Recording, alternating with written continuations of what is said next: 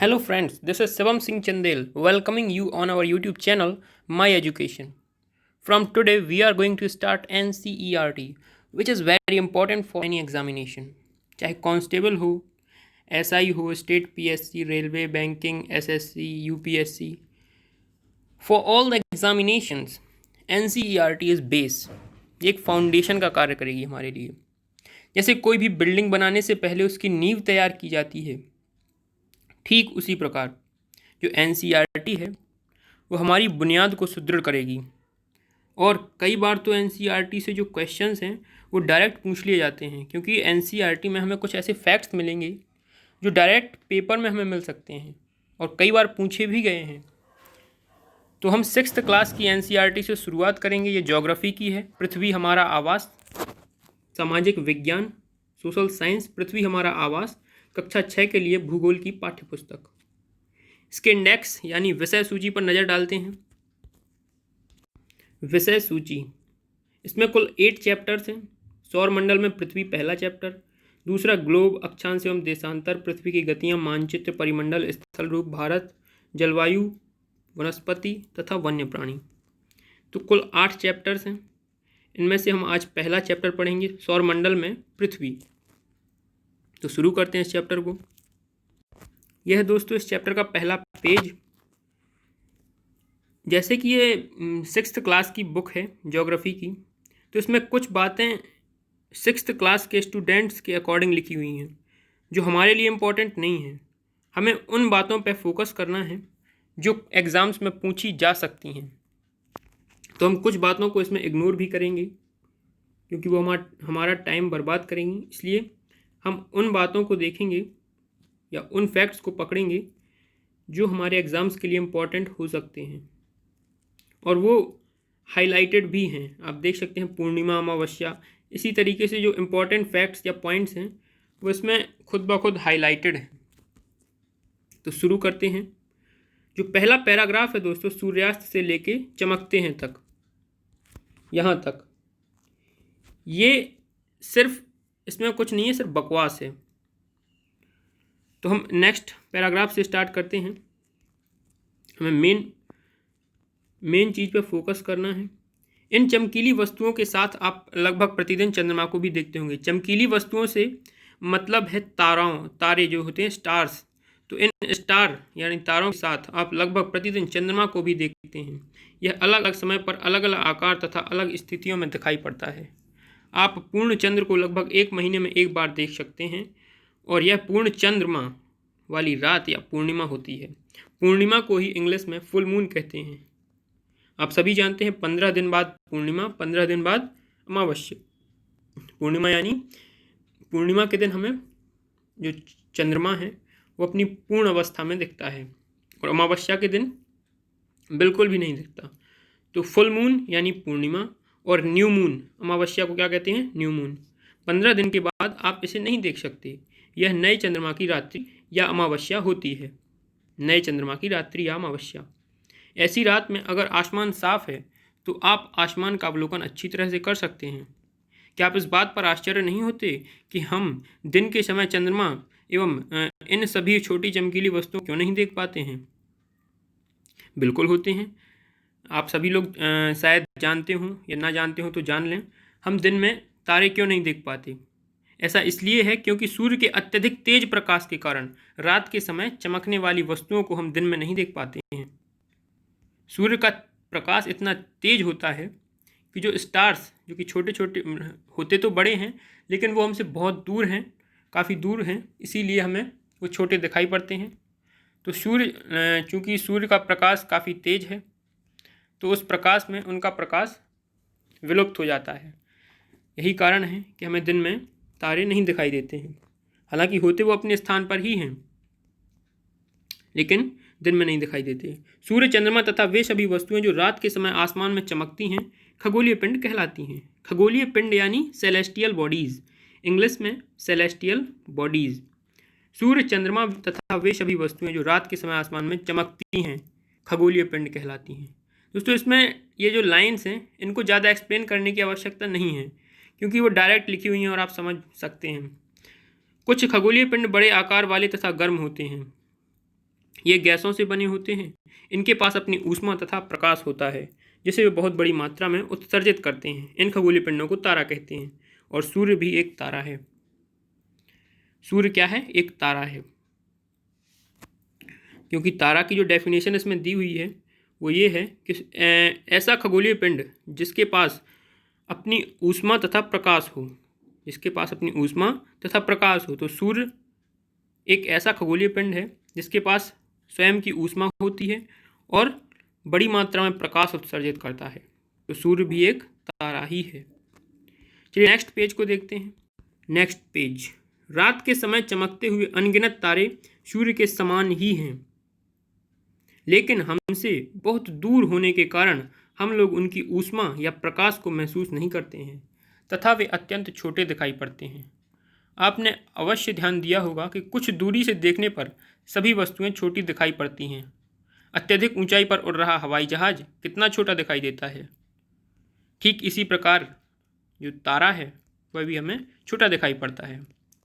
रात्रि में आसमान की ओर देखते समय आप तारों के विभिन्न समूहों द्वारा बनाई गई विविध आकृतियों को देख सकते हैं। आप कभी यदि छत में लेटे हों या रात में आपने कभी आकाश की तरफ गौर किया हो, आसमान की ओर, तो आपने देखा होगा कि जो तारों की हैं, तारों से मिलके कुछ विभिन्न आकृतियां हमें दिखाई पड़ती हैं। ये नक्षत्र मंडल कहलाते हैं। जो आकृतियां हमें दिखाई पड़ती हैं वो नक्षत्र मंडल, इंग्लिश में कॉन्स्टेलेशन, CONSTELLATIONS, कॉन्स्टेलेशंस यानी नक्षत्र मंडल कहलाते हैं। अर्सा मेजर या बिग बियर इसी प्रकार का एक नक्षत्र मंडल है। दोस्तों ये जो टॉपिक्स जो हम पॉइंट्स देखते जा रहे हैं, जैसे पूर्णिमा हो गया, अमावस्या, नक्षत्र मंडल, ये आप नोट भी कर सकते हैं। एक कॉपी में इन्हें नोट कर सकते हैं क्योंकि ये महत्वपूर्ण है। ये नक्षत्र मंडल कहलाते हैं। अर्सा मेजर या बिग बियर इसी प्रकार का एक नक्षत्र मंडल है। अर्सा मेजर या बिग बियर, इनको नाम दिया जाता है, अलग अलग नाम हैं। तो अर्सा मेजर, अर्सा माइनर, बिग बियर, ये इस प्रकार के नाम हैं विभिन्न नक्षत्र मंडलों के। इसी प्रकार का एक नक्षत्र मंडल है। बहुत आसानी से पहचान में आने वाला नक्षत्र मंडल है सप्तऋषि। सप्तऋषि आपने शायद सुना हो। सप्तऋषि यानी 7 ऋषियों का समूह। यह 7 तारों का समूह है जो कि नक्षत्र मंडल अर्सा मेजर का भाग है।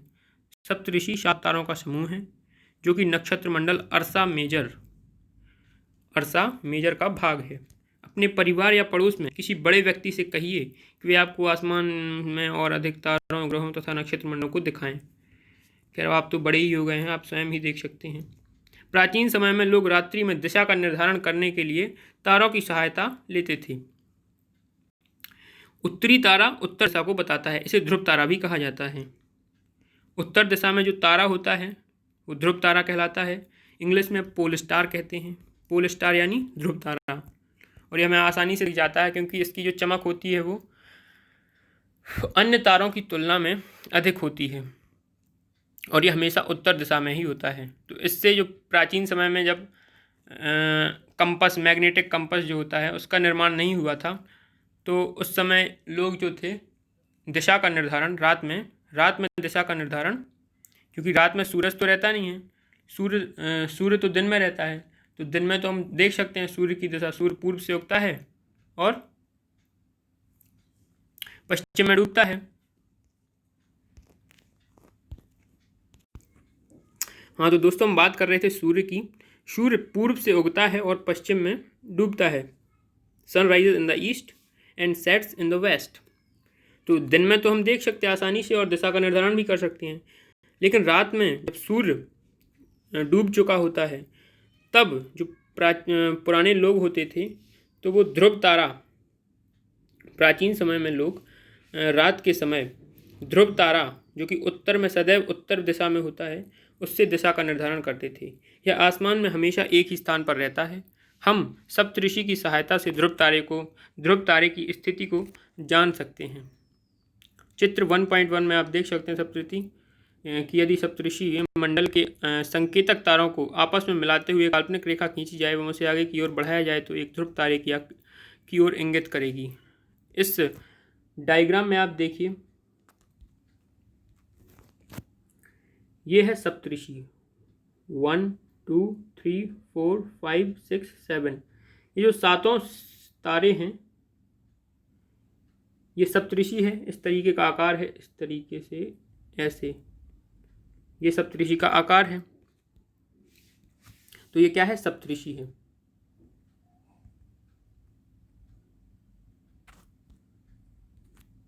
ये क्या है? ये सप्तऋषि है। अब हम इसके दो तारों को आपस में मिलाते हुए देखें, यदि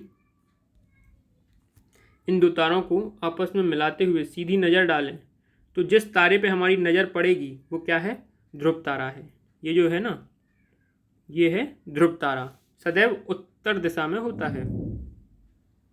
उत्तर, ध्रुव तारा हमेशा उत्तर दिशा में होता है, नॉर्थ। आगे बढ़ते हैं।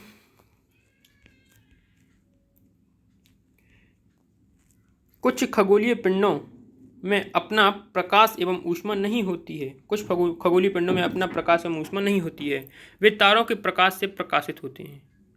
ऐसे पिंड ग्रह कहलाते हैं। कुछ खगोलीय पिंडों में जिनमें अपनी प्रकाश और ऊष्मा नहीं होती है, वो तारों के प्रकाश से प्रकाशित होते हैं। ऐसे पिंड ग्रह कहलाते हैं। बहुत ही आसान भाषा में लिखा है, समझाने की जरूरत नहीं है, आप सभी समझदार हैं। ग्रह जिसे अंग्रेजी में प्लेनेट कहते हैं, ग्रीक भाषा के प्लेनेटाई शब्द से बना है। ग्रह को इंग्लिश में प्लैनेट कहते हैं, सभी जानते हैं आप। ग्रीक भाषा के प्लेनेटाई शब्द से बना है। ग्रीक भाषा, ये थोड़ा ध्यान देने वाली बात है कि जो प्लैनेट है, ग्रह को इंग्लिश में प्लैनेट कहते हैं, वो ग्रीक भाषा के शब्द प्लेनेटाई से बना है, जिसका अर्थ होता है परिभ्रमक, अर्थात चारों ओर घूमने वाला। परिभ्रमक, प्लेनेटाई का अर्थ होता है परिभ्रमक, यानी चारों ओर घूमने वाला। पृथ्वी जिस पर हम रहते हैं एक ग्रह है। यह अपना संपूर्ण प्रकाश एवं ऊष्मा सूर्य से प्राप्त करती है, जो पृथ्वी के सबसे नज़दीक का तारा है। ये जो दोस्तों लाइन आई है, ये बहुत ही इम्पोर्टेंट लाइन है। पृथ्वी के सबसे नज़दीक स्थित तारा कौन सा है? पृथ्वी के सबसे नज़दीक का तारा है सूर्य। सूर्य जो है पृथ्वी का सबसे नज़दीक तारा है। ये लाइन लिख लीजिए। पृथ्वी को बहुत अधिक दूरी से, जैसे चंद्रमा से देखने पर यह चंद्रमा की तरह चमकती हुई प्रतीत होगी। यदि हम पृथ्वी को चंद्रमा पर जाकर देखें तो जो पृथ्वी होगी वो चंद्रमा की तरह चमकती हुई प्रतीत होगी। क्यों होगी? क्योंकि पृथ्वी अपना प्रकाश किससे प्राप्त करती है? सूर्य से। तो चूंकि हम अभी पृथ्वी पर ही हैं, हम यदि चंद्रमा पर जाकर पृथ्वी को देखें तो वह भी हमें चंद्रमा की तरह चमकती हुई प्रतीत होगी। साइड में है एक रोचक तथ्य, इस पर नज़र डालते हैं। ये रोचक तथ्य, बृहस्पति, शनि तथा यूरेनस, ये ग्रह हैं, आगे हम पढ़ेंगे अभी। बृहस्पति, शनि तथा यूरेनस के चारों ओर छल्ले हैं। ये छल्ले विभिन्न पदार्थों के असंख्य छोटे छोटे पिंडों से बनी पट्टियां हैं। पृथ्वी से इन छल्लों को शक्तिशाली दूरबीन की सहायता से देखा जा सकता है। समझ गए होंगे आप, आसान भाषा है। आगे हम देखेंगे अभी बृहस्पति, शनि, यूरेनस और भी जो ग्रह हैं सभी को देखेंगे। नेक्स्ट पेज पे चलते हैं। आसमान में दिखने वाला चंद्रमा एक उपग्रह है। जो चंद्रमा है वह एक उपग्रह है। यह हमारी पृथ्वी का सहचर है, यानी पृथ्वी के साथ साथ चलने वाला। पृथ्वी जो है वो सूर्य का चक्कर लगाती है, हम सभी जानते हैं। और जो चंद्रमा है वो पृथ्वी का चक्कर लगाता है। जिस तरीके से सूर्य चक्कर पृथ्वी लगाती है, उसी तरीके से जो चंद्रमा है वो पृथ्वी का उपग्रह है, सैटेलाइट है, और पृथ्वी का चक्कर लगाता है तथा इसके चारों ओर चक्कर लगाता है। हमारी पृथ्वी के समान 7 अन्य ग्रह हैं जो सूर्य से प्रकाश एवं ऊष्मा प्राप्त करते हैं। हमारी पृथ्वी के समान ही 7 अन्य ग्रह भी हैं जो सूर्य से प्रकाश एवं ऊष्मा प्राप्त करते हैं। उनमें से कुछ के पास अपने चंद्रमा भी हैं। कुछ जो ग्रह हैं उनके पास खुद के चंद्रमा हैं, जिन्हें हम सैटेलाइट कहते हैं। उनके भी उपग्रह हैं, अलग अलग नाम हैं उनके, आगे देखेंगे हम। लेकिन साइड में पहले क्या क्या आप जानते हैं, इसको देख लेते हैं। क्या आप जानते हैं पौराणिक रोमन कहानियों में सोल सूर्य देवता को कहा जाता था? ये क्वेश्चन पूछा जा सकता है दोस्तों। सोल, पौराणिक रोमन कहानियों में सोल सूर्य देवता को कहा जाता था, सोल। और जो सौर शब्द है, सौर शब्द का अर्थ है सूर्य से संबंधित है। जैसे हमने पढ़ा होगा सौर ऊर्जा, सौर मंडल, तो सौर का अर्थ है सूर्य से संबंधित, इसीलिए हम सौर मंडल, सौर ऊर्जा और भी सौर शब्द का उपयोग करके और भी कई शब्द बना सकते हैं। इसीलिए सूर्य के परिवार को सौर मंडल कहा जाता है, सोलर सिस्टम। सौर शब्द का उपयोग करते हुए और अधिक शब्दों को लिखें। तो ये आपका कार्य है, देख लीजिएगा। खैर ये इतना इम्पोर्टेंट नहीं है। सौर मंडल पर देखेंगे हम। सूर्य, 8 ग्रह, उपग्रह तथा कुछ अन्य खगोलीय पिंड जैसे क्षुद्र ग्रह एवं उल्का पिंड मिलकर सौर मंडल का निर्माण करते हैं। उसे हम सौर परिवार का नाम देते हैं, जिसका मुखिया सूर्य है। सूर्य, 8 ग्रह, उपग्रह तथा कुछ अन्य खगोलीय पिंड, तो ये सभी मिलकर सौर मंडल का निर्माण करते हैं। और इन सभी के बारे में हम डिटेल में पढ़ेंगे आने वाले पेजेस में। उसे हम सौर परिवार का नाम देते हैं, जिसका मुखिया सूर्य है। तो सौर मंडल का मुखिया कौन हुआ? सूर्य, जो सभी ग्रहों के बीचों बीच स्थित है और सभी ग्रह सूर्य के सहचर हैं, यानी सूर्य के चारों ओर चक्कर लगाते हैं एक निश्चित कक्षा में, एक निश्चित ऑर्बिट में। अब हम देखेंगे सूर्य। सूर्य सौर मंडल के केंद्र में स्थित है। यह बहुत बड़ा है एवं अत्यधिक गर्म गैसों से बना है। इसका खिंचाव बल इससे सौर मंडल को बांधे रखता है। सूर्य सौर मंडल के केंद्र में स्थित है। यह बहुत बड़ा है एवं अत्यधिक गर्म गैसों से बना है। इसका खिंचाव बल इससे सौर मंडल को बांधे रखता है। इसका जो खिंचाव बल है, ग्रेविटेशन, गुरुत्वाकर्षण बल या खिंचाव बल, इसे सौर मंडल को बांधे रखता है। तो जो सभी ग्रह हैं, 8 ग्रह हैं, वो सूर्य से बंधे रहते हैं, यानी सूर्य के चारों ओर चक्कर लगाते रहते हैं इसके खिंचाव बल की वजह से। सूर्य सौरमंडल के लिए प्रकाश एवं ऊष्मा का एकमात्र स्रोत है। जो सूर्य है सौरमंडल के लिए प्रकाश एवं ऊष्मा का एकमात्र स्रोत है। सभी जो ग्रह हैं, जो अपनी सभी ग्रह ऊष्मा, प्रकाश और ऊष्मा सूर्य से ही प्राप्त करते हैं। और ये सूर्य जो है सभी ग्रहों के लिए ऊष्मा एवं प्रकाश का एकमात्र स्रोत है। सिर्फ एक ही स्रोत है जिससे हम ऊष्मा और प्रकाश प्राप्त कर सकते हैं। लेकिन हम इसकी अत्यधिक तेज ऊष्मा को महसूस नहीं करते हैं। जो सूर्य की ऊष्मा होती है वास्तव में बहुत ही तेज ऊष्मा सूर्य उत्सर्जित करता है, लेकिन हम इसकी अत्यधिक तेज ऊष्मा को महसूस नहीं करते हैं। क्यों? क्योंकि सबसे नज़दीक का तारा होने के बावजूद, हमने पढ़ा था कि सूर्य जो है पृथ्वी का सबसे नज़दीक स्थित तारा है, और नज़दीक तारा होने के बावजूद यह हमसे बहुत दूर है। सूर्य पृथ्वी से लगभग 15 करोड़ किलोमीटर दूर है। 15 करोड़ किलोमीटर दूर है। साइड में शब्द की उत्पत्ति पर नज़र डालते हैं। ये साइड में जो होते हैं ना कलरफुल बॉक्सेस में, जो बॉक्स में जो कुछ भी लिखा होता है ये इम्पोर्टेंट होता है। तो शब्द की उत्पत्ति, ऐसे बहुत से शब्द जिनका उपयोग, ये पढ़ रहे हैं हम, ऐसे बहुत से शब्द जिनका उपयोग हम एक भाषा में करते हैं, अक्सर वे दूसरी भाषाओं के लिए शब्द हो सकते हैं। उदाहरण के लिए ज्योग्राफी एक अंग्रेजी शब्द है। यह ग्रीक भाषा से लिया गया शब्द है जिसका अर्थ है पृथ्वी का विवरण। तो ज्योग्राफी ग्रीक भाषा से लिया गया शब्द है और इसका अर्थ क्या है? पृथ्वी का विवरण। यह 2 ग्रीक शब्दों से मिलकर बना है, जिनमें जीई शब्द का अर्थ है पृथ्वी एवं ग्राफिया का अर्थ है लिखना।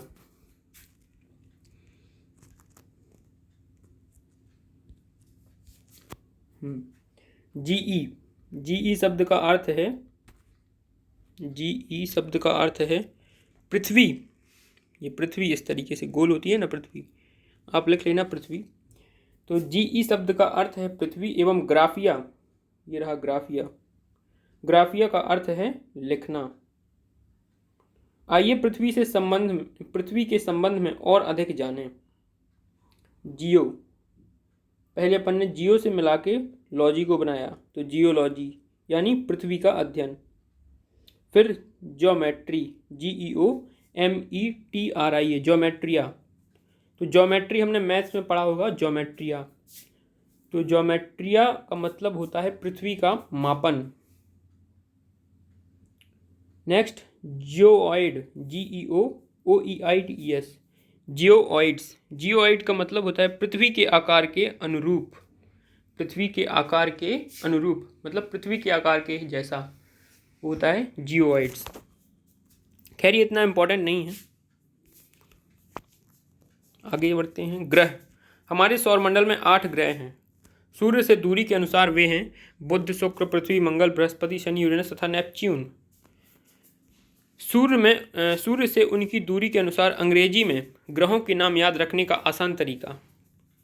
सूर्य से दूरी के अनुसार, सूर्य के सबसे करीब है कौन सा? बुध, फिर शुक्र, पृथ्वी, मंगल, बृहस्पति, शनि, यूरेनस, फिर सबसे दूर है नेपच्यून।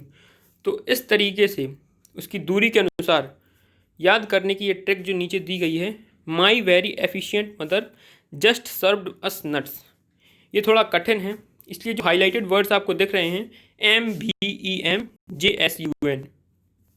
इन वर्ड्स को याद कर लीजिए क्रम में। MBEM जेसन, MBEM जेसन, जैसे MBM स्कूल जो है महर्षि MBM, तो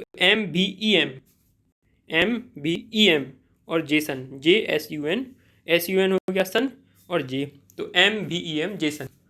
M से मतलब मरकरी, V से वीनस, E से अर्थ, मैं हिंदी में भी बताऊंगा। मरकरी यानी बुध, वीनस यानी शुक्र, अर्थ पृथ्वी, मार्स मंगल, जुपिटर, जे से जुपिटर यानी बृहस्पति, S से सैटर्न, SATURN सैटर्न, सैटर्न यानी शनि, और यूरेनस यानी अरुण, और नेपच्यून यानी वरुण। तो MBEM जेसन, MBEM जेसन, ये एक ट्रिक हो गई दोस्तों। अब थोड़ा इन ग्रहों की एक इमेज देख ली जाए, उससे आपको इनकी स्थिति थोड़ा क्लियर हो जाएगी। तो यह है दोस्तों ब्रह्मांड, इसके बीचों बीच देखिए आप सूर्य, ये रहा सूर्य। दूरी के अनुसार पहला था मरकरी यानी बुध, फिर दूसरे नंबर पे भी यानी वीनस यानी शुक्र, MBE यानी अर्थ, अर्थ का मतलब पृथ्वी, MBEM, M यानी मार्स मतलब मंगल, MBEM। फिर आ जाता है क्षुद्र ग्रह पेटी, क्षुद्र ग्रह पट्टी, यानी यहाँ पे कई सारे क्षुद्र ग्रह एक कतार में स्थित होते हैं। हालांकि इनके बारे में हम अभी आगे पढ़ेंगे इसी चैप्टर में। तो ये क्षुद्र ग्रह पट्टी आ गई। फिर इसके बाद आता है जेसन, JSUN, तो जे से जुपिटर यानी बृहस्पति, S से सैटर्न यानी शनि, U से यूरेनस यानी अरुण, जेसन JSU। फिर N से नेपच्यून, नेपच्यून यानी वरुण, ये रहा नेपच्यून।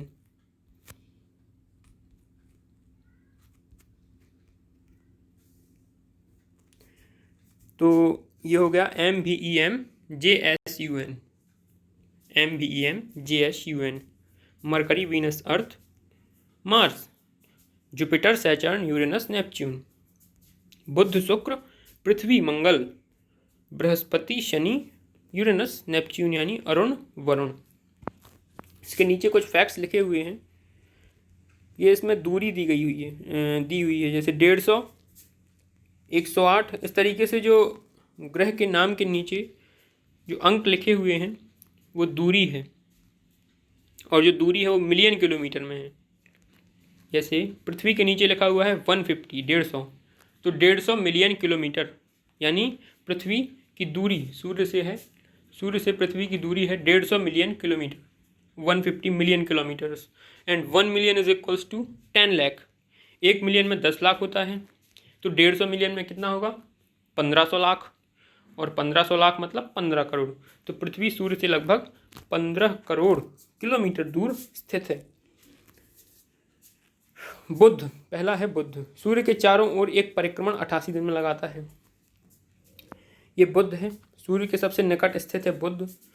तो जब सबसे पास में है, तो यदि सूर्य का चक्कर लगाएगा तो सबसे कम दिनों में बुध ही लगाएगा, क्योंकि वह सूर्य के पास स्थित है। तो इसका जो अक्ष होगा, सूर्य के पास जो कक्ष होगा, बुध की जो कक्षा होगी वो अन्य ग्रहों की तुलना में छोटी होगी। तो ये सूर्य का जो चक्कर लगाएगा वो अन्य ग्रहों की तुलना में जल्दी लगाएगा। जैसे कि हम पृथ्वी की बात करें तो पृथ्वी सूर्य का परिक्रमण करती है 365 दिनों में, जिसे हम 1 साल कहते हैं। तो वहीं यदि हम बुध की बात करें यानी मरकरी की, तो मरकरी 88 दिन में ही सूर्य का एक परिक्रमा पूरा कर लेता है। तो सूर्य बुध पे 1 साल कितने दिनों का होगा? 88 दिनों का। शुक्र, ये तो हो गया परिक्रमण। अब हम देखते हैं बुध घूर्णन। जो बुध है अपने अक्ष पर जो घूर्णन करता है वो 59 दिनों में। पृथ्वी अपने अक्ष पर घूर्णन अपने अक्ष पर घूर्णन करती है वो 1 दिन में। 24 घंटे में पृथ्वी अपने अक्ष पर एक घूर्णन पूरा कर लेती है। घूर्णन यानी होता है रोटेशन, यानी एक एक्सेस हो बीच में और अपने अक्ष पर घूमना, एक ही जगह स्थित होकर अपने अक्ष पर घूमना। जैसे आपने देखा होगा फुटबॉल को कोई उंगली पे घुमा लेता है, तो जो उंगली पे फुटबॉल घूमती है वो कहलाता है रोटेशन यानी घूर्णन। तो पृथ्वी जो है वो घूर्णन भी करती है और परिक्रमण भी। तो घूर्णन करती है 1 दिन में, और घूर्णन की वजह से ही दिन और रात होता है। तो घूर्णन हो गया। और परिक्रमण यानी सूर्य के चारों ओर एक कक्षा में निश्चित ऑर्बिट यानी होता कक्षा। तो जो निश्चित कक्षा में पृथ्वी सूर्य के चारों ओर चक्कर लगाती है उसे हम कहते हैं परिक्रमण। तो घूर्णन और परिक्रमण। शुक्र, सूर्य के चारों ओर एक परिक्रमण 255 दिन में, यानी शुक्र पर 1 साल होगा 255 दिनों का। और जो घूर्णन करता है शुक्र, तो घूर्णन करता है 243 डेज में, 243 दिनों में। तो आप देखिए यदि शुक्र में दिन कितने दिनों का होगा और रात, 243 दिन में एक चक्कर पूरा होता है शुक्र का। यानी इसमें 243 का आधा कर दीजिए, इतना आधा जितना भी आए वो होगा, उतना समय होगा, उतनी समय तक शुक्र पर दिन होगा और उतने ही समय तक शुक्र पर रात होगी। पृथ्वी 1 दिन में घूर्णन करती है, 365 दिन में परिक्रमण करती है। चंद्रमा की संख्या 1 है। बुध और शुक्र 2 ऐसे ग्रह हैं जिनमें एक भी चंद्रमा यानी एक भी उपग्रह स्थित नहीं है। इनके एक भी उपग्रह नहीं है। बुध और शुक्र, मरकरी और वीनस 2 ऐसे ग्रह हैं, बुध और शुक्र, इनके अपने कोई उपग्रह नहीं है। पृथ्वी का एक उपग्रह है जिसे हम चंद्रमा कहते हैं, सैटेलाइट जो नेचुरल होती हैं। पृथ्वी की एक सैटेलाइट यानी एक उपग्रह है जिसे हम चंद्रमा कहते हैं। नेक्स्ट है मंगल। सूर्य के चारों ओर परिक्रमण 687 दिनों में, अपने अक्ष पर घूर्णन 1 दिन में। चंद्रमा की संख्या है 2। मंगल के जो उपग्रह हैं वो 2 हैं। फिर मंगल के बाद आता है आंतरिक ग्रह, सूर्य के बहुत नज़दीक। ये जो हमने चारों ग्रह पढ़े हैं, बुध, शुक्र, पृथ्वी, मंगल, ये हैं आंतरिक ग्रह। यानी सूर्य के पास जो स्थित हैं। 1 2 3 4 चारों ग्रह जो हमने पढ़े हैं ये आंतरिक ग्रह कहलाते हैं। क्यों? क्योंकि सूर्य के बहुत नज़दीक हैं और ये चट्टानों से बने हैं, तो ये आंतरिक ग्रह थे। आगे बढ़ते हैं, हम देखते हैं बाह्य ग्रह। ये रहा बाह्य ग्रह। सूर्य के बहुत दूर हैं तथा बहुत बड़े आकार के हैं। जो बाह्य ग्रह हैं सूर्य से बहुत दूर हैं तथा बड़े आकार के हैं। ये गैस और तरल पदार्थों से बने हैं। 5th है बृहस्पति यानी जुपिटर। सूर्य के चारों ओर एक परिक्रमण 11 साल, 11 महीने और लगभग 11 साल 11 महीने, तो लगभग हम कह सकते हैं 12 साल। तो बृहस्पति जो है वो अपना जो रिवोल्यूशन करता है, सूर्य के चारों ओर परिक्रमण कितना टाइम लेता है परिक्रमण करने में? 11 साल और 11 महीने, लगभग 12 साल। इतने समय में सूर्य का एक परिक्रमण पूरा होता है यहाँ। और अपने अक्ष पर घूर्णन 9 घंटे 56 मिनट और चंद्रमा की संख्या लगभग 53।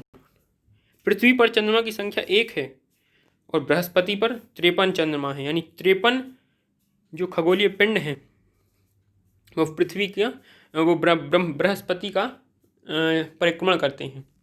तो बृहस्पति के कितने उपग्रह हैं? 53 उपग्रह हैं। शनि सूर्य के चारों ओर एक परिक्रमण 29 साल 5 महीने।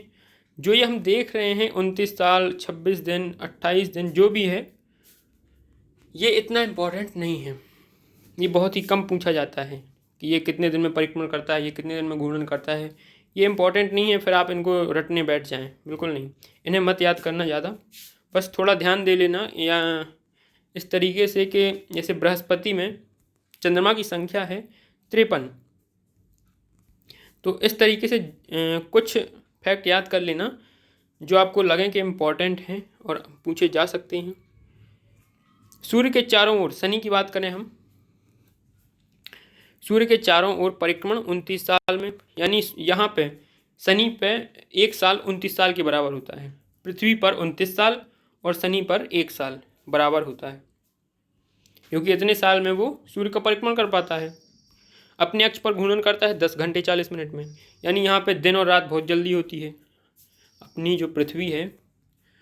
दोस्तों मैं इसलिए आपको एक्सप्लेन कर रहा हूँ, ये इम्पॉर्टेंट नहीं है, लेकिन आपके अंदर एक समझ विकसित करेगा, सोचने की क्षमता थोड़ा आपके अंदर विकसित होगी। आपका जो नज़रिया होगा वो ब्रॉड होगा थोड़ा।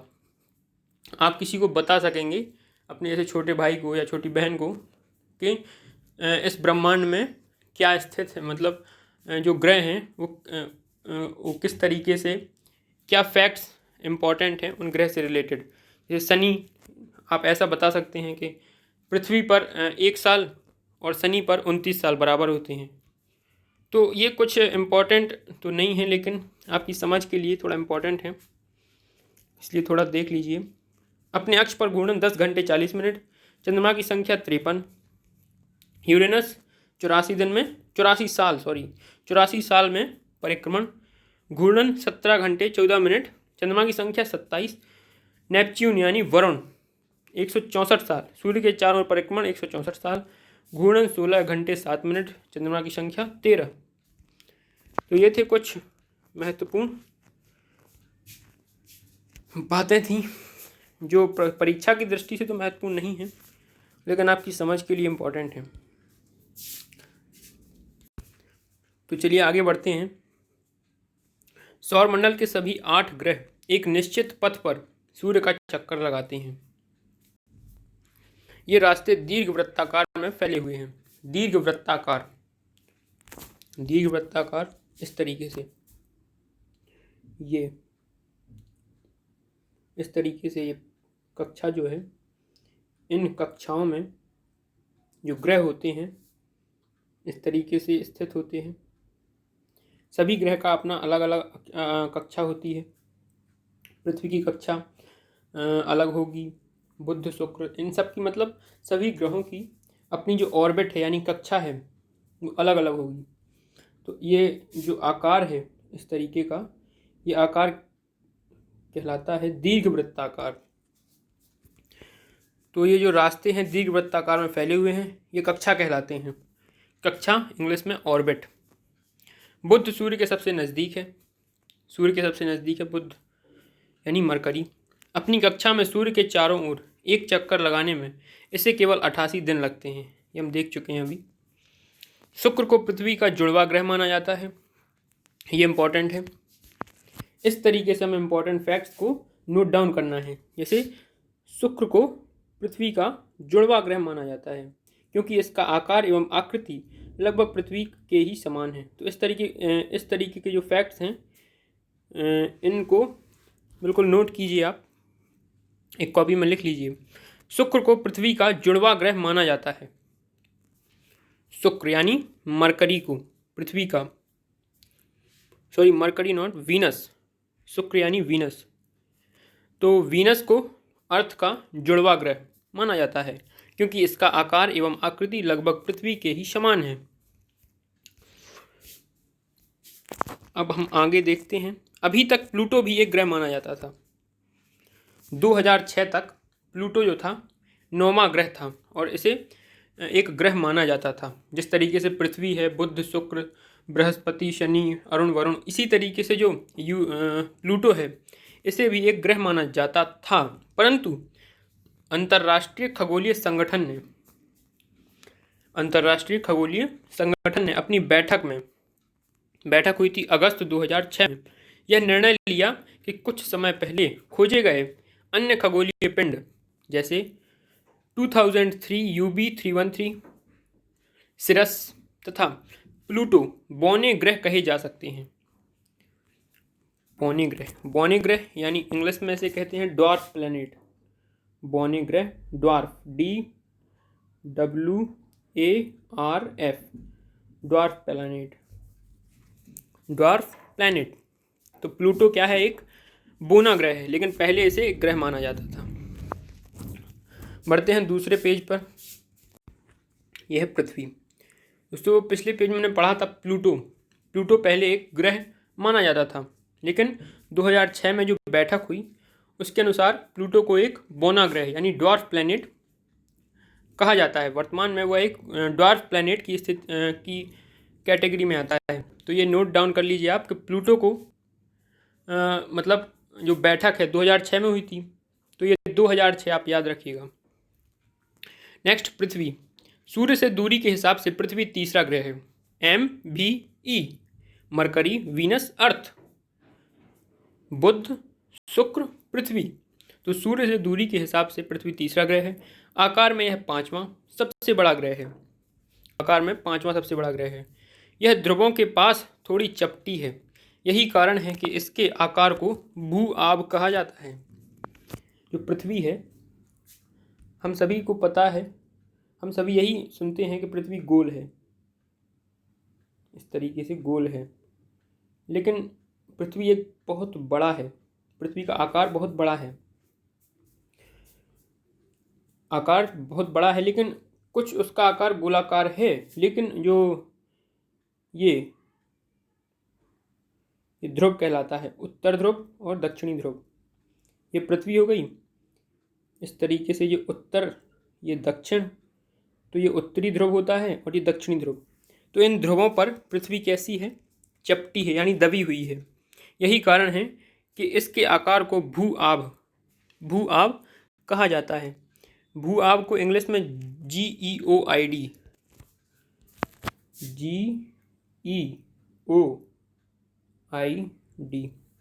भू आब कहा जाता है। जॉइड, GEOID।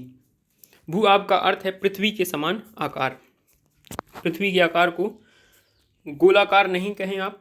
अभी तक आप यही जानते होंगे कि पृथ्वी का आकार गोलाकार है, लेकिन आज से आप समझ गए होंगे कि पृथ्वी का जो आकार है वो भू आब है। भू आब यानी जॉइड, GEOID। जीवन के लिए अनुकूल परिस्थितियां संभवतः केवल पृथ्वी पर ही पाई जाती हैं। पृथ्वी ना तो अधिक गर्म है और ना ही अधिक ठंडी। यहाँ पानी एवं वायु उपस्थित हैं, जो हमारे जीवन के लिए आवश्यक है। वायु में जीवन के लिए आवश्यक गैस हैं, जैसे ऑक्सीजन मौजूद है। इन्हीं कारणों से पृथ्वी सौरमंडल का सबसे अद्भुत ग्रह है। आप सभी पृथ्वी पर हैं। क्यों हैं? क्योंकि यहाँ हमारे जीवन के लिए जो भी आवश्यक, जैसे हमें ऑक्सीजन चाहिए, और भी जैसे मिट्टी हमारे अनुसार है। मिट्टी में हम अपनी खाने के लिए जो ग्रेन्स वगैरह हैं, सीरियल्स, क्रॉप्स, ये सभी उगाते हैं। तो पृथ्वी जो है वो हमारे अनुकूल है। अन्य ग्रहों की तुलना में, यदि हम अन्य ग्रहों की तुलना पृथ्वी से करें तो उन ग्रहों पर जीवन संभव नहीं है। हालांकि मार्स यानी मंगल पर प्रयास किए जा रहे हैं जीवन संभव बनाने के, लेकिन अभी वो सब कार्य चल रहा है, हुआ कुछ भी नहीं है। पृथ्वी सबसे उपयुक्त है जीवन के लिए। सबसे उपयुक्त जो जीवन के लिए आवश्यक चीज़ें हैं वो सभी पृथ्वी पर मौजूद हैं। तो पृथ्वी सौरमंडल का सबसे अद्भुत ग्रह है। अंतरिक्ष से देखने पर पृथ्वी नीले रंग की दिखाई पड़ती है क्योंकि इसकी 2/3 सतह पानी से ढकी हुई है। अंतरिक्ष यानी स्पेस से देखने पर पृथ्वी नीले रंग की दिखाई देती है क्योंकि इसकी 2/3 सतह पानी से ढकी हुई है। इसीलिए इसे नीला ग्रह, ब्लू प्लैनेट, पृथ्वी को ब्लू प्लैनेट यानी नीला ग्रह कहा जाता है। तो ये भी एक इम्पॉर्टेंट पॉइंट हो गया, पृथ्वी को नीला ग्रह कहा जाता है, ब्लू प्लैनेट। ये तो इसको भी आप नोट कर लीजिए, पृथ्वी को नीला ग्रह कहा जाता है, ब्लू प्लैनेट। अब आते हैं चंद्रमा पे। आगे बढ़ते हैं दोस्तों। चंद्रमा, हमारी पृथ्वी के पास केवल एक उपग्रह है, चंद्रमा। इसका व्यास पृथ्वी के व्यास का केवल 1/4 है। व्यास यानी इंग्लिश में होता है डायमीटर यानी व्यास। तो जो चंद्रमा का व्यास है पृथ्वी के 1/4 है। यह इतना बड़ा इसलिए प्रतीत होता है क्योंकि यह हमारे ग्रह से अन्य खगोलीय पिंडों की अपेक्षा नज़दीक है। चंद्रमा हमें बड़ा प्रतीत होता है, क्यों? अन्य ग्रहों की तुलना में चंद्रमा पृथ्वी के नज़दीक है। यह हमसे लगभग 3,84,400 किलोमीटर दूर है। चंद्रमा हमसे 3,84,400 किलोमीटर दूर है, इसीलिए ये पास है। ये जो 3,84,400 आप सोच रहे होंगे बहुत दूर है, लेकिन हम यदि इसकी तुलना अन्य ग्रहों या सूर्य से करें, आपने अभी पढ़ा होगा कि सूर्य जो है पृथ्वी जो है सूर्य से 15 करोड़ किलोमीटर दूर है, फिर भी हमें सूर्य जो है इतना बड़ा दिखाई देता है। जो चंद्रमा है वो पृथ्वी से मात्र 3,84,400 किलोमीटर दूर है, इतना कम। फिर भी हमें चंद्रमा और सूर्य लगभग बराबर इनकी जो आकार है हमें लगभग बराबर महसूस होता है। क्यों? क्योंकि सूर्य चंद्रमा की तुलना में बड़ा ग्रह है, बड़ा खगोलीय पिंड है, बड़ा तारा है। सूर्य जो है चंद्रमा से बड़ा है, लेकिन हमें सूर्य और चंद्रमा लगभग समान प्रतीत होते हैं। क्यों? क्योंकि चंद्रमा हमसे मात्र 3,84,400 किलोमीटर दूर है और सूर्य लगभग 15 करोड़ किलोमीटर दूर है। इसीलिए हमें दोनों बराबर प्रतीत होते हैं। वास्तव में चंद्रमा सूर्य से बहुत छोटा है, बहुत छोटा। अब आप पृथ्वी से सूर्य एवं चंद्रमा की दूरियों की तुलना कर सकती हैं। पृथ्वी से सूर्य एवं चंद्रमा अभी हमने की थी ना, तुलना की थी अभी हमने। चलिए अब इस कुछ इम्पोर्टेंट फैक्ट्स देख लेते हैं जो बॉक्स में लिखे होते हैं। ये बहुत ही इम्पोर्टेंट फैक्ट्स होते हैं एनसीईआरटी के। क्या आप जानते हैं प्रकाश की गति लगभग 3 लाख किलोमीटर प्रति सेकंड है। प्रकाश की गति 3 लाख किलोमीटर प्रति सेकंड है। इस गति के बावजूद सूर्य के प्रकाश को पृथ्वी तक पहुंचने में केवल लगभग 8 मिनट का समय लगता है। प्रकाश की गति बहुत तेज है। कितनी है? 3 लाख किलोमीटर प्रति सेकंड लगभग। फिर भी जो सूर्य का जो प्रकाश है पृथ्वी तक पहुंचने में कितना समय लेता है? 8 मिनट। क्यों? क्योंकि सूर्य की दूरी पृथ्वी से बहुत अधिक है, 15 करोड़ किलोमीटर है। तो आप अंदाज लगा सकते हैं 3 लाख गुणे 3 लाख किलोमीटर प्रति सेकंड, एक सेकंड में जो प्रकाश है 3 लाख किलोमीटर की दूरी तय करता है और पृथ्वी सूर्य से 15 करोड़ किलोमीटर दूर स्थित है। इस तरीके से आप निकाल सकते हैं, लगभग 8 मिनट आएगा। नेक्स्ट है, नील आर्मस्ट्रॉन्ग पहले व्यक्ति थे जिन्होंने 21 जुलाई 1869 को सबसे पहले चंद्रमा की सतह पर कदम रखा। मालूम करो कि क्या कोई भारतीय चंद्रमा पर गया है। तो ये आप बिल्कुल राइट कर लीजिए, अपनी कॉपी में नोट डाउन कर लीजिए। नील आर्मस्ट्रॉन्ग पहले व्यक्ति थे जिन्होंने 21 जुलाई 1969 को, डेट को भी लिख लीजिए, 21 जुलाई 1969 को सबसे पहले चंद्रमा की सतह पर कदम रखा। चंद्रमा यानी मून, पृथ्वी का जो उपग्रह है, पृथ्वी के चारों ओर घूमता है चंद्रमा, इस पर सबसे पहले किसने कदम रखा? नील आर्मस्ट्रॉन्ग ने 21 जुलाई 1969 को। मालूम करो कि क्या कोई भारतीय चंद्रमा पर गया है। तो ये आपके, हम एक तरह से कहें, गृह कार्य है, गृह कार्य, होमवर्क, HW। दोस्तों ये बड़ा कन्फ्यूज़न रहता है, ग्रह और गृह, ये आप समझ लीजिए मुफ्त में। ये गृह है, ये जो इस तरीके से गोलाकार री की रकार कहलाती है। री यानी ऋषि वाला री, इसकी रकार होती है, तो ये गृह है। और जो प्लैनेट होता है जिसे हम ग्रह कहते हैं, जैसे पृथ्वी एक ग्रह है, ग्रह, तो ये ग्रह होता है, इस तरीके से इसमें रकार लगती है, ये रा की रकार है, ग्रह। तो ये गृह है और ये ग्रह है। जैसे कृष्ण नहीं, कृष्ण भगवान, आप बोलते हैं ना कृष्ण भगवान, कृष्ण तो कहते नहीं हैं, तो कृष्ण में री की रकार होती है इस तरीके से। तो ये गृह और ग्रह दोनों अलग अलग हैं। गृह यानी होमवर्क, गृह कार्य। तो आपको ज्योग्राफी के साथ हिंदी भी मैंने पढ़ा दी। तो ये इम्पोर्टेंट था, नील आर्मस्ट्रॉन्ग के बारे में लिख लीजिएगा। नेक्स्ट है उपग्रह। उपग्रह एक खगोलीय पिंड है जो ग्रहों के चारों ओर उसी प्रकार चक्कर लगाता है जिस प्रकार ग्रह सूर्य के चारों ओर चक्कर लगाते हैं। आपको मैं बता चुका हूँ पहले, जो उपग्रह है ग्रहों के चारों ओर चक्कर लगाता है, जिस तरीके से ग्रह सूर्य के चारों ओर चक्कर लगाता है। उपग्रह यानी सैटेलाइट, इंग्लिश में उपग्रह को क्या कहते हैं? सैटेलाइट। मानव निर्मित उपग्रह एक कृत्रिम पिंड है। कृत्रिम यानी होता है मानव निर्मित, जो मानव के द्वारा निर्मित किया गया हो, प्राकृतिक ना हो। जैसे चंद्रमा जो है वह एक प्राकृतिक उपग्रह है, उसे किसी मानव के द्वारा बनाया नहीं गया है, वो प्रकृति के, मतलब वो पहले से ही है। पृथ्वी का जब निर्माण हुआ, वो निर्माण के समय से ही पृथ्वी का सहचर है, किसी मानव द्वारा निर्मित नहीं किया गया है। तो वो तो हो गया एक प्राकृतिक उपग्रह। लेकिन मानव निर्मित उपग्रह क्या है, इसको हम देखें। यह एक कृत्रिम पिंड है, यानी मानव निर्मित पिंड है। यह वैज्ञानिकों के द्वारा बनाया गया है, ठीक है, साइंटिस्ट्स ने इन्हें बनाया है, जिसका उपयोग ब्रह्मांड के बारे में जानकारी प्राप्त करने एवं पृथ्वी पर संचार माध्यम के लिए किया जाता है। संचार माध्यम यानी कम्युनिकेशन, मैसेजिंग, कॉलिंग, ये सब जो हम करते हैं वर्ल्ड वाइड। यदि हम चाहें तो हम विश्व के किसी भी व्यक्ति को फ़ोन लगा सकते हैं, यदि हमारे पास उसका नंबर है, उसके सिम का नंबर है। ये सब क्यों संभव हो पाया है? उपग्रह की वजह से, मानव निर्मित उपग्रह की वजह से, आर्टिफिशियल सैटेलाइट। इससे रॉकेट के द्वारा अंतरिक्ष में भेजा जाता है। जो सैटेलाइट है उसे रॉकेट के द्वारा अंतरिक्ष में भेजा जाता है एवं पृथ्वी की कक्षा में स्थापित किया जाता है।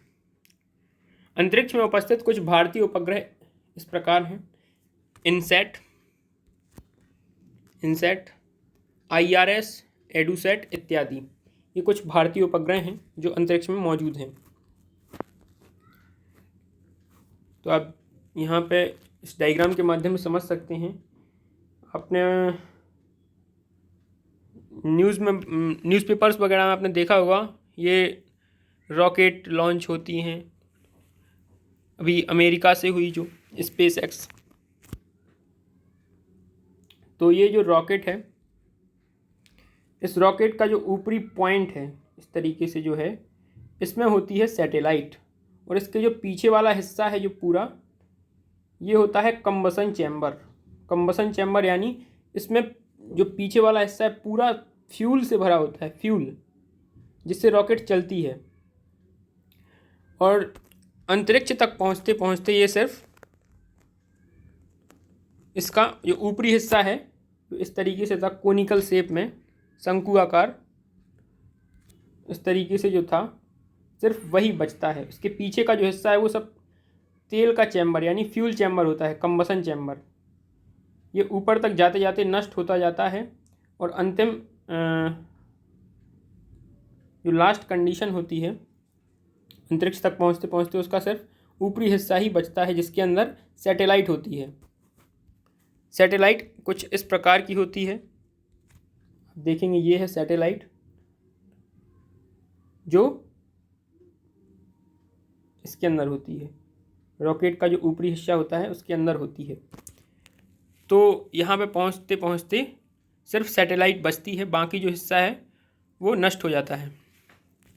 तो इस तरीके से रॉकेट के माध्यम से मानव निर्मित सैटेलाइट को अंतरिक्ष में पहुंचाया जाता है। आगे बढ़ते हैं। वीडियो काफ़ी लंबी हो चुकी है, लेकिन हमारा चैप्टर भी कंप्लीट होने ही वाला है। चंद्रमा पृथ्वी का एक चक्कर लगभग 27 दिन में पूरा करता है। चंद्रमा जो है पृथ्वी का एक चक्कर 27 दिन में पूरा करता है और पृथ्वी सूर्य का 365 दिनों में। लगभग इतने ही समय में अपने अक्ष पर एक चक्कर भी पूरा करता है। जो चंद्रमा है पृथ्वी का चक्कर लगाता है 27 दिन में, और लगभग 27 दिन में ही यह अपने अक्ष पर घूमता है। जैसे हम इसकी तुलना, चंद्रमा की तुलना पृथ्वी से करें तो पृथ्वी जो है सूर्य के चारों ओर 365 दिन में एक चक्कर लगा पाती है, तो सूर्य का परिक्रमण 365 दिन में कर पाती है, जबकि चंद्रमा पृथ्वी का परिक्रमण 27 दिन में। अब सूर्य अपनी अक्ष पर 24 घंटे में घूम जाती है। सूर्य अपने अक्ष पर जो घूर्णन करती है सिर्फ 24 घंटे में पूरा कर लेती है। वहीं चंद्रमा की बात करें हम तो लगभग 27 दिनों में ही चंद्रमा पृथ्वी के चारों ओर चक्कर लगा पाता है और लगभग 27 दिनों में ही अपने अक्ष पर घूर्णन भी करता है।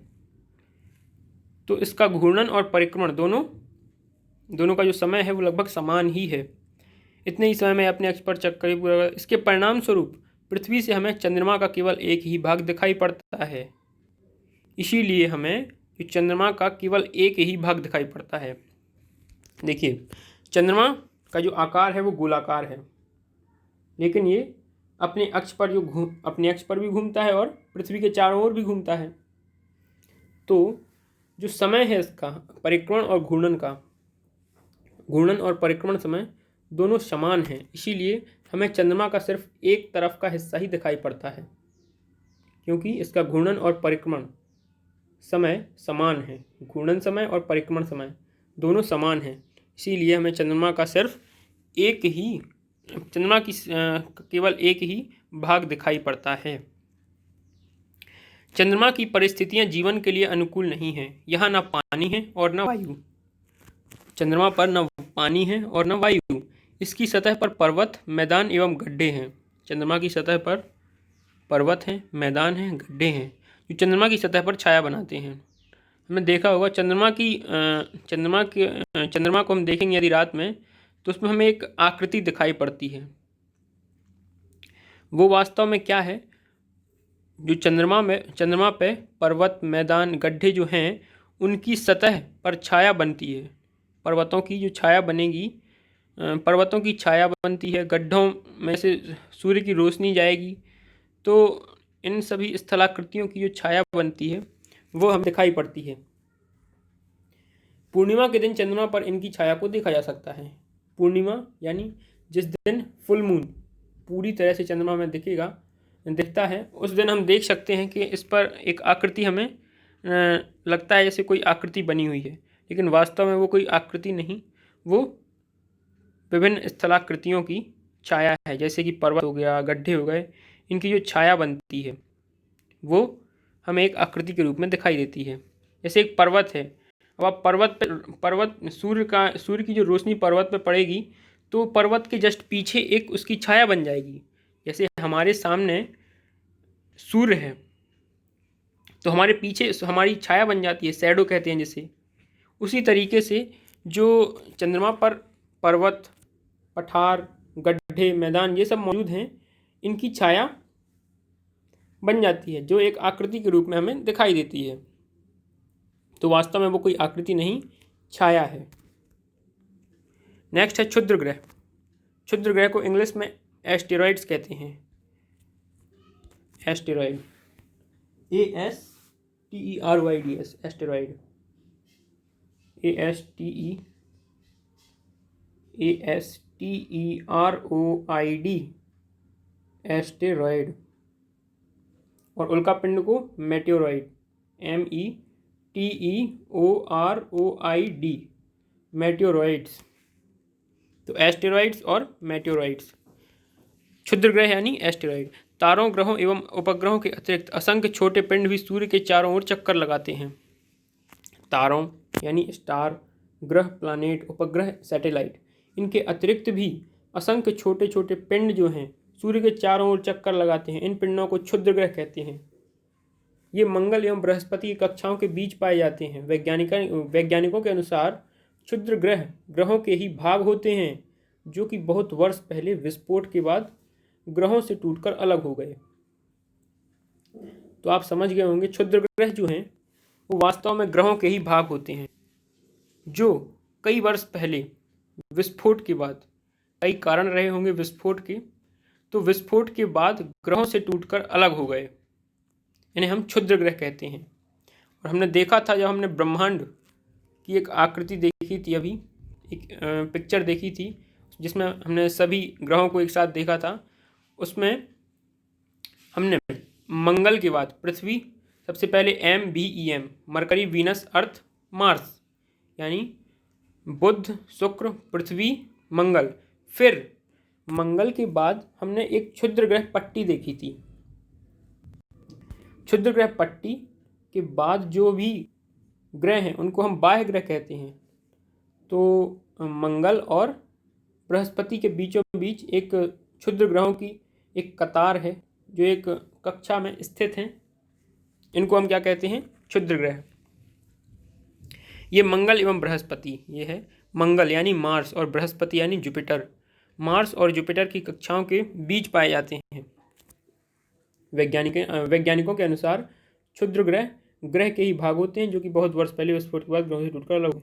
उल्का पिंड देखते हैं दोस्तों, मेटेओराइट्स। सूर्य के चारों ओर चक्कर लगाने वाले पत्थरों के छोटे छोटे टुकड़ों को उल्का पिंड कहते हैं। कभी कभी ये उल्का पिंड पृथ्वी के इतने नज़दीक आ जाते हैं कि इनकी प्रवृत्ति पृथ्वी पर गिरने की होती है। अभी हमने सुना था कुछ दिनों पहले कि पृथ्वी पर एक उल्का पिंड गिरने वाला है। तो ये वही है दोस्तों, उल्का पिंड यानी होता है मेटेओराइट, इंग्लिश में इसको मेटेओराइट कहते हैं। और ये चक्कर, सूर्य के चारों ओर चक्कर लगाने वाले पत्थरों के छोटे छोटे टुकड़े।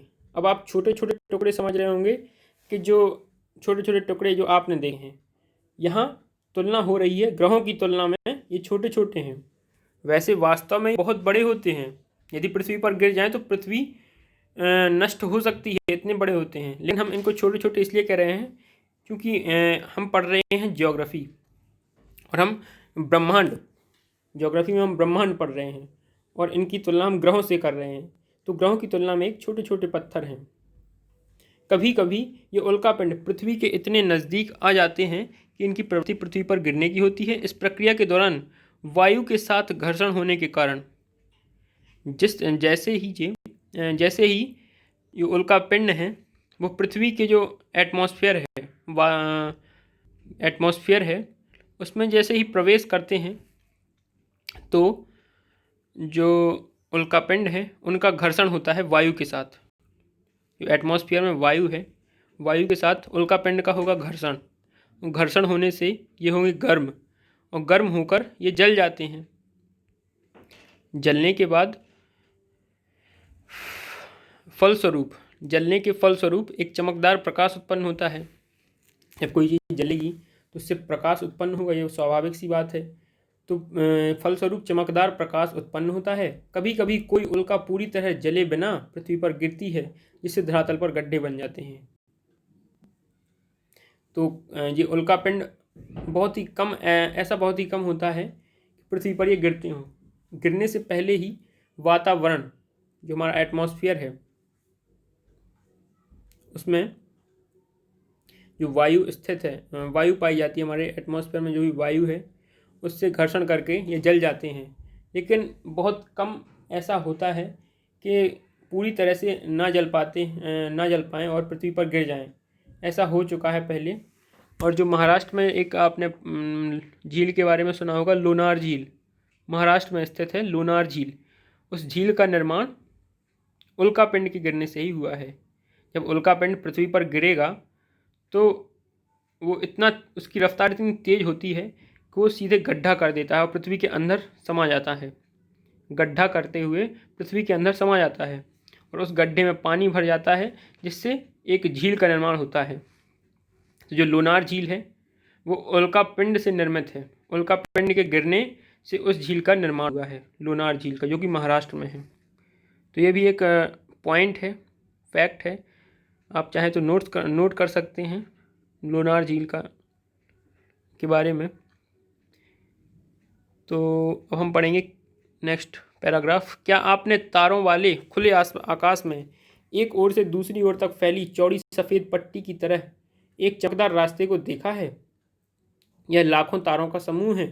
यह पट्टी आकाश गंगा यानी मिल्की वे, इंग्लिश में मिल्की वे, इंग्लिश में नहीं, जो आकाश गंगा, यह पट्टी आकाश गंगा है। इस आकाश गंगा का नाम है मिल्की वे गैलेक्सी। मिल्की वे गैलेक्सी यानी मिल्की वे आकाश गंगा। हमारा सौरमंडल इस आकाश गंगा का एक भाग है। प्राचीन भारत में इसकी कल्पना आकाश में प्रकाश की तरह बहती नदी से की गई थी। इस प्रकार इसका नाम आकाश गंगा पड़ा था। आकाश गंगा करोड़ों तारों, बादलों तथा गैसों की एक प्रणाली है। इस प्रकार की लाखों आकाश गंगाएं मिलकर ब्रह्मांड का निर्माण करती हैं। ब्रह्मांड की विशालता की कल्पना करना अत्यधिक कठिन है। तो दोस्तों, यदि हम आकाश गंगा की बात करें तो आकाश गंगा मिलकर ब्रह्मांड का, यानी ब्रह्मांड बहुत बड़ी चीज़ है, एक विशाल है, ब्रह्मांड सबसे विशाल है, उसके अंदर आकाश गंगा। तो जो कई ब्रह्मांड के अंतर्गत कई सारी आकाश गंगाएं आती हैं। आकाश गंगाएं यानी galaxies. There are so many galaxies in our universe. तो ब्रह्मांड की विशालता की कल्पना करना अत्यधिक कठिन है, यानी ब्रह्मांड इतना विशाल है कि इसकी विशालता की कल्पना करना अत्यधिक कठिन है, जितना हम इसकी कल्पना भी नहीं कर सकते कि ब्रह्मांड कितना विशाल है। वैज्ञानिक अभी भी इसके बारे में अधिक से अधिक जानकारी एकत्र करने में जुटे हैं। इसके आकार के संबंध में हमें कोई जानकारी नहीं है, लेकिन फिर भी हम जानते हैं कि हम सभी इसी ब्रह्मांड का हिस्सा हैं। ये देख लेते हैं थोड़ा स्थिति अपनी। क्या आप ब्रह्मांड के साथ अपना संबंध बता सकते हैं? तो ये रहा अपना संबंध। सबसे पहले ब्रह्मांड, जिसकी विशालता इतनी अधिक है कि कल्पना भी नहीं की जा सकती, सबसे बड़ा ब्रह्मांड। तो ब्रह्मांड का एक हिस्सा है आकाशगंगा। ब्रह्मांड में कई सारी आकाशगंगाएं हैं। जिस आकाशगंगा में हमारा सौरमंडल स्थित है वो है मिल्की वे आकाशगंगा। ये याद रखिएगा आप, हमारा जो सौरमंडल स्थित है कौन सी आकाशगंगा है? मिल्की वे। एम यानी मिल्की, डब्ल्यू यानी वे। ये मैंने शॉर्ट में लिख दिया है, आप पूरा लिखेंगे, मिल्की वे आकाशगंगा। फिर आकाशगंगा से छोटा सौरमंडल। सौरमंडल यानी सौर परिवार, सूर्य का परिवार जो है, सूर्य और सभी ग्रह, सभी खगोलीय पिंड, सौरमंडल हो गया। सौरमंडल में पृथ्वी, हम पृथ्वी पर रहते हैं, फिर पृथ्वी पर हम। तो इस तरीके से हमारी स्थिति जो है इस तरीके से है, ब्रह्मांड, आकाशगंगा, सौरमंडल, पृथ्वी, देन ह्यूमन बीइंग्स। आप पृथ्वी पर हैं तथा पृथ्वी सौरमंडल का एक भाग है। पृथ्वी सौरमंडल का एक भाग है और जो हमारा सौरमंडल है वो आकाशगंगा यानी सौरमंडल जो है वो मिल्की वे आकाशगंगा, मिल्की वे गैलेक्सी का भाग है जो ब्रह्मांड का हिस्सा है। तो ये हमारी स्थिति थी। ब्रह्मांड से जुड़े इस तथ्य पर विचार किए, इसमें लाखों आकाशगंगाएं मौजूद हैं। ब्रह्मांड में लाखों आकाशगंगाएं मौजूद हैं। इस चित्र में आपका स्थान कहाँ है? तो हम इसे समझ चुके हैं इस चित्र को। अब हम आगे बढ़ेंगे, थोड़ा अभ्यास कर लेते हैं, एक्सरसाइज देखते हैं, ऑब्जेक्टिव्स। चलिए दोस्तों, कुछ ऑब्जेक्टिव सॉल्व करने की कोशिश करते हैं। पहला है, किस ग्रह को पृथ्वी के जुड़वा ग्रह के नाम से जाना जाता है? ये हमने इस चैप्टर की शुरुआत में पढ़ा था कि इस ग्रह को पृथ्वी का जुड़वा ग्रह कहा जाता है। पृथ्वी का जुड़वा ग्रह दोस्तों कहा जाता है शुक्र को। इसका गा सही है शुक्र, यानी वीनस। जो वीनस है, शुक्र है, उसे पृथ्वी का जुड़वा ग्रह कहा जाता है क्योंकि इसका आकार जो है पृथ्वी के समान ही है, इसलिए शुक्र को पृथ्वी का जुड़वा ग्रह कहा जाता है। सूर्य से तीसरा सबसे नज़दीक ग्रह कौन सा है? तो ये हमने ट्रिक देखी थी, MVE। तीसरा कौन सा हुआ? E यानी अर्थ, अर्थ यानी पृथ्वी। तो इसका आंसर है खा। नेक्स्ट देखते हैं हम, सभी ग्रह सूर्य के चारों ओर सभी ग्रह सूर्य के चारों ओर किस प्रकार के पथ पर चक्कर लगाते हैं? तो ये पथ हमने देखा था दीर्घ वृत्ताकार पथ, दीर्घ वृत्ताकार इस तरीके का पथ। ये बीच में सूर्य हो गया और ये दीर्घ वृत्ताकार पथ है और इसी पथ में हमारी पृथ्वी स्थित होती है और इस तरीके से घूमती रहती है, परिक्रमण लगाती रहती है सूर्य के। सिर्फ पृथ्वी ही नहीं, सभी ग्रह जो हैं, जितने भी ग्रह हैं, 8 ग्रह इसी तरीके से दीर्घ वृत्ताकार में सूर्य के चारों ओर परिक्रमा लगाते हैं। ध्रुव तारे से किस दिशा का ज्ञान होता है? तो ध्रुव तारे से किस दिशा का ज्ञान होता है? उत्तर दिशा का। प्राचीन समय में लोग ध्रुव तारे की सहायता से ही दिशा का निर्धारण करते थे। रात के समय, दिन के समय तो सूरज होता है, रात के समय सूर्य जब अस्त हो जाता है तब हम दिशा का निर्धारण ध्रुव तारे की सहायता से करते थे, क्योंकि यह सदैव उत्तर दिशा में स्थित होता है। नेक्स्ट है, क्षुद्र ग्रह किन कक्षाओं के बीच पाए जाते हैं? क्षुद्र ग्रह अभी हमने पढ़ा है कुछ ही देर पहले। क्षुद्र ग्रह इंग्लिश में क्या कहते हैं? क्षुद्र ग्रह को एस्टेरॉइड, ASTEROID। तो क्षुद्र ग्रह किन कक्षाओं के बीच पाए जाते हैं? क्षुद्र ग्रह पाए जाते हैं मंगल एवं बृहस्पति, MVEM। फिर यहाँ पे हो गया क्षुद्र ग्रह, ये क्षुद्र ग्रह पट्टी है दोस्तों। फिर J सन, SUN सन, ये एक ट्रैक है, सूर्य से दूरी के अनुसार ग्रहों की ये ट्रैक है। MVEM Jason. मरकरी वीनस अर्थ, मरकरी यानी बुध, वीनस यानी शुक्र, पृथ्वी, मार्स, मंगल। फिर ये है क्षुद्र ग्रह की पट्टी। यहाँ क्षुद्र ग्रह एक कतार में स्थित है और क्षुद्र ग्रह वास्तव में जो ग्रह होते हैं उनके ही भाग हैं जो वर्षों पहले विस्फोट के फलस्वरूप निर्मित हो गए। जो क्षुद्र ग्रह हैं वो ग्रहों के ही भाग होते हैं। जब ग्रहों का विस्फोट हो जाता है तो वो कई टुकड़ों में विभाजित हो जाता है ग्रह, जिससे क्षुद्र ग्रह बनते हैं। तो ये क्षुद्र ग्रह है। क्षुद्र ग्रह के बाद JSUN यानी Jupiter, Saturn, Uranus, Neptune. Jupiter यानी होता है बृहस्पति, सैटर्न यानी शनि, यूरेनस अरुण और नेपच्यून वरुण। तो MVEM जेसन। तो ये थे ऑब्जेक्टिव्स। क्षुद्र ग्रह किन कक्षाओं के बीच पाए जाते हैं? मंगल एवं Brihaspati, Mars and Jupiter. 5th का आंसर है खा। अब हम देखते हैं खाली स्थान। ... का एक समूह जो विभिन्न प्रतिरूपों का निर्माण करता है उसे स्पेस कहते हैं। स्पेस मतलब खाली स्थान। का एक समूह जो विभिन्न प्रतिरूपों का निर्माण करता है उसे क्या कहते हैं? तो देखें दोस्तों, ये किसकी बात हो रही है, समझने का प्रयास कीजिए। का एक समूह जो विभिन्न प्रतिरूपों का निर्माण करता है उसे, हाँ अब समझ आया, तारों का एक समूह।